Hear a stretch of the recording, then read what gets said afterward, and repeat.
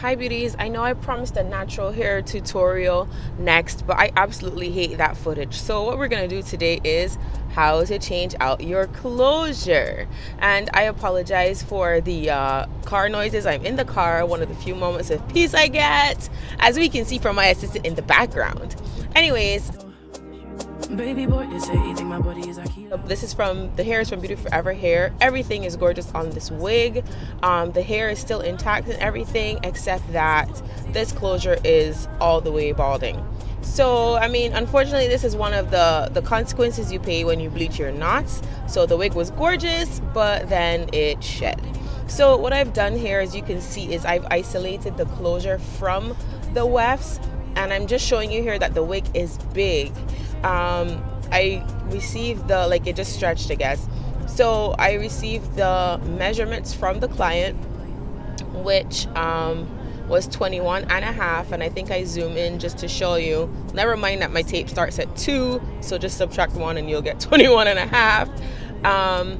And so when I secure the wig, as you see I'm doing here, I secure it at the nape and then I pin it right there, like in front of the ears, just pulling it as tight, just how I would imagine it sits on the client's head. And when I pin it down, there's all of this extra space under the closure. So that would be in the client's front of their head and in the crown. So literally, you need something to hold the wig on. So I'm going to change the closure, but I'm also going to remove some of the tracks so that I can attempt to shrink the cap.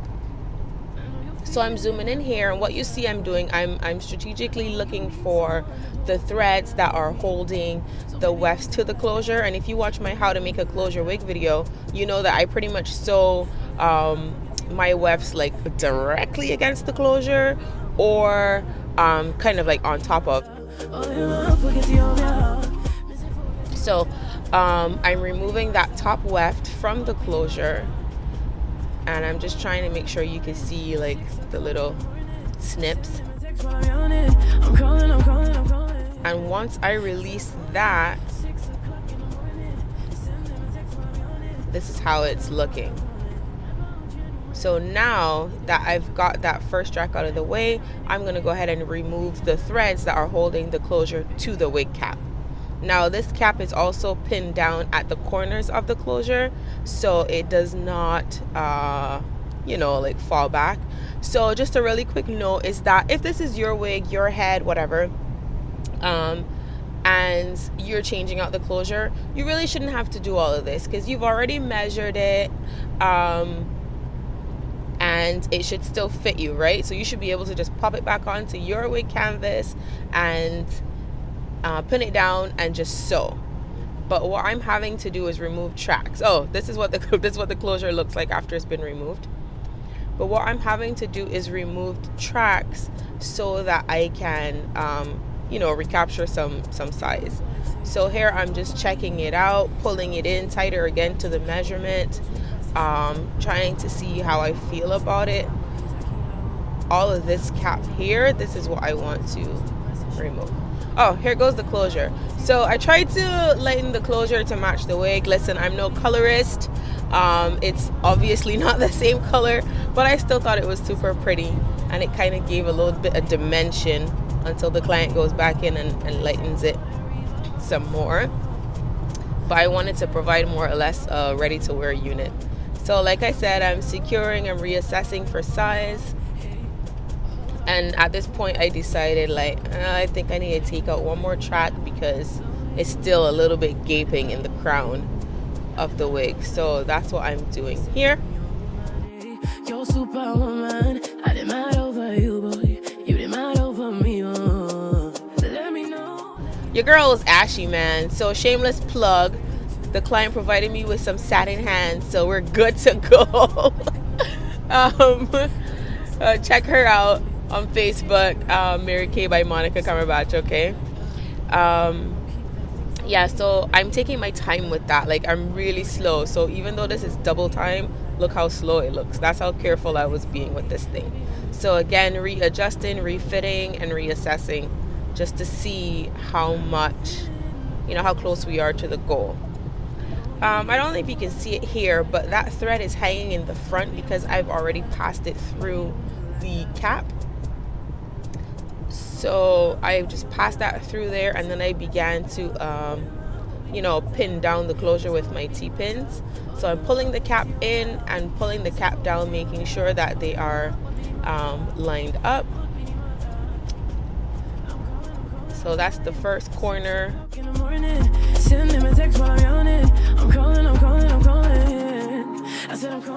And now I'm doing the last bit, and I'm gonna begin to sew. So I've already parted the hair and kind of preset it, so I'm gonna pin the hair out of the way without disturbing the part. And I went through the cap, through the edge of the closure, that little strip, I forget what it's called. And for the majority of this, since my cap is not a spandex dome cap, it's actually an adjustable strap, so it's kind of lacy in the top. So for majority of the stitching, I looped 3 times, almost like when you're ending your tracks.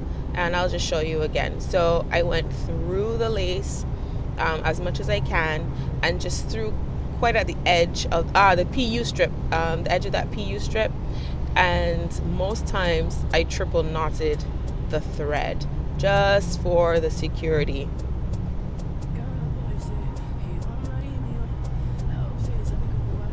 So here I'm trying to catch as much lace as possible and then get through the PU strip on the edge of it. Sorry, my mannequin head is all over the place. I didn't tighten the thingy. And I basically do that all around.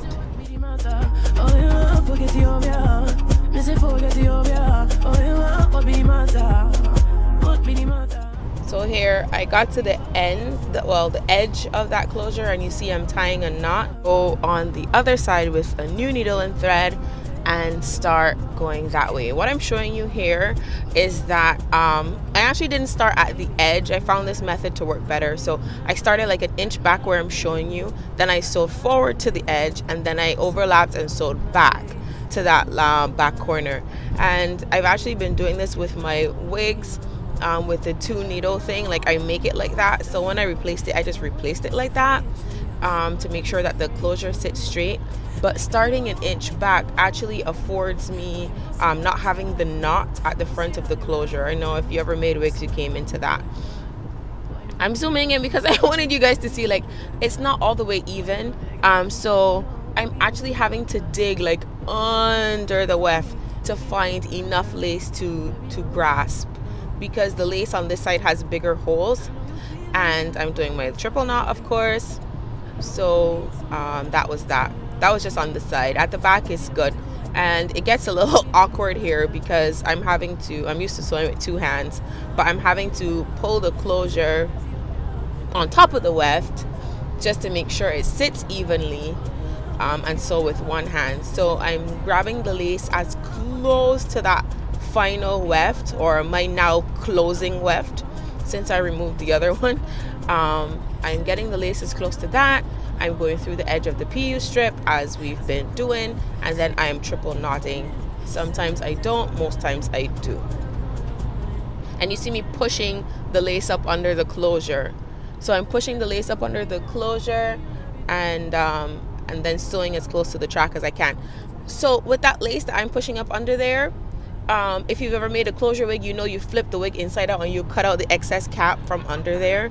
So that's exactly where that lace is going. So you could flip your wig inside out and neaten up inside of there. In my case, I mean, I trimmed a little bit, but it really wasn't that much lace. So I just kind of made it look pretty before I sent it back.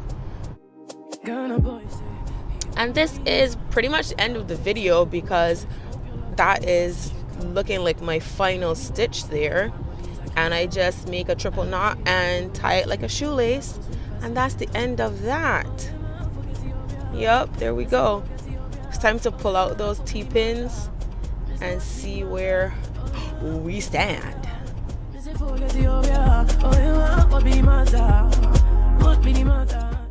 Alright, so that's it. This is the final wig. It's looking gorgeous. I love the cut. I love the curls. I love the color. Beauty Forever Hair did it with this. I don't know what it was, Malaysian Curly or something. I can find out though. So I'm removing all of the stuff just so I can show ya. So my client can have her side part that I made there, or she can have her middle part again. Yay! And that is that, friends. So remember, like this video if you like this video, subscribe if you're feeling my vibe, check out another video while you're here, you might as well, and I'll see you next time. Bye.